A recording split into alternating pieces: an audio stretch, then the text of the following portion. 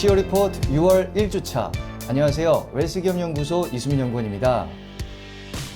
우리 회사에 좋은 인재가 들어와서 대표님들이 일을 하지 않아도 된다거나 혹은 업무 부담을 반으로 줄일 수 있다면 정말 좋은 흐뭇한 일이 아닐까 싶습니다. 오늘은 지난주에 이어서 노무관리 특집, 지난주에는 산업재해에 관련돼서 말씀드렸는데요. 이번 주에는 인재 채용에 대해서 한번 말씀드리도록 하겠습니다. 네, 중소기업 벤처인증 기업을 위한 희소식입니다. 현재 벤처기업 확인을 받았거나 아니면 과거에 받았었던 경험이 있는 기업은 벤처기업 공동채용 사업에 참여하실 수가 있습니다. 일단 벤처기업 확인을 받은 기업을 대상으로 정규직 신입사원의 연봉을 2,500만 원 이상 지급할 수 있는 중소기업이라면 언제든지 신청이 가능합니다. 여기서 유의할 것은 지방소재 기업의 경우에는 연봉 2,300만 원 이상, 고졸 채용의 경우에는 연봉 2,200만 원 이상이라고 하더라도 신청이 가능합니다. 꼭 체크하시길 바라겠습니다. 지원받을 수 있는 항목은 공동채용관에 포함되어 채용을 진행할 수 있다는 것, 그리고 취업 포털 사이트 사람인이나 잡코리아에서 우수 인재를 채용할 때 보통 유료 상품을 결제해야 하는데요. 이를 무상으로 지원받으실 수가 있습니다. 또한 신문의 채용 공고 및 기업 홍보 기사를 무료로 게재하실 수가 있고요. 기업 홍보 동영상을 무료로 제작하실 수가 있습니다. 또한 기업의 채용을 SNS에 무료로 홍보할 수 있는 기회를 얻으실 수가 있고요. 마지막으로 정말 중요한 점, 신입사원을 채용하면 뭐합니까? 직원을 교육시켜야 되겠죠. 이 교육, 신입직원 역량 강화 교육 훈련 비용을 90% 지원받으실 수가 있습니다. 채용 규모가 작아서 채용 사이트에 수시 채용 공고만 올리셨던 대표님들, 이제는 대기업 규모로 공채로 신입사원을 채용하실 수가 있습니다. 벤처기업 공동채용 사업을 통해서인데요. 일단 벤처기업 전문 취업 포털 사이트에서 참여를 신청하시면 되겠습니다.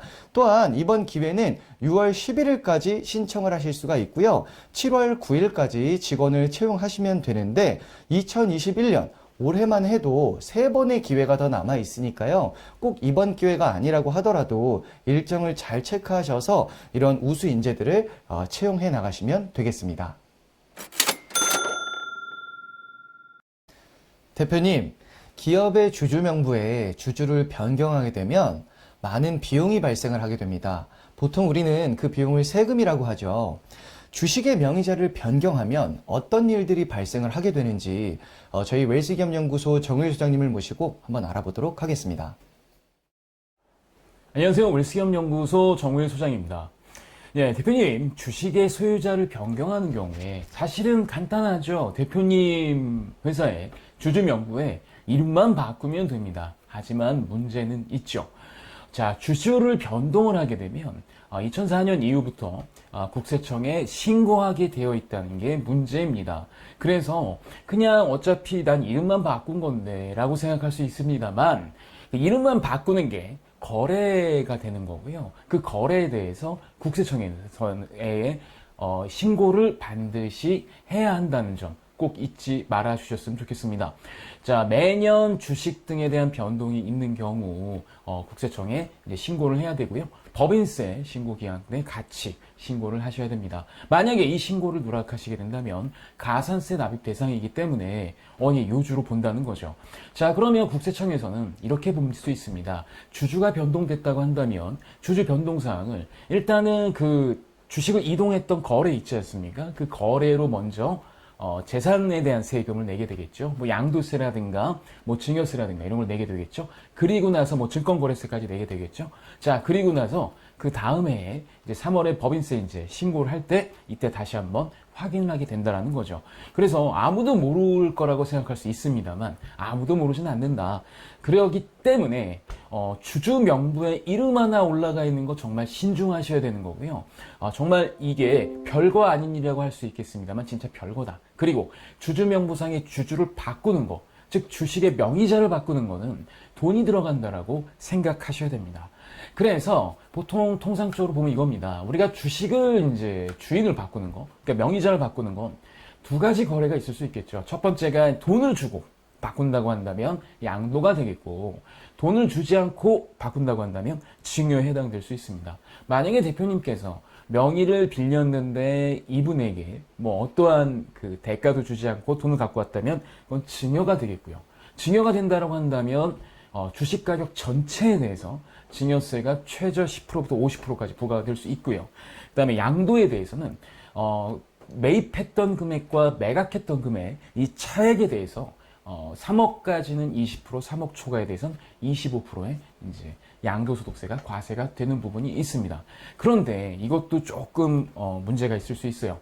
부동산 과다법인 같은 경우에는 이 양도세율이 보통 우리가 비상장법인의 주식 양도세율이 적용되는 게 아니라 기존의 주택 양도소득세율이 적용될 수도 있으니까 이 점은 꼭 확인하셔야 됩니다.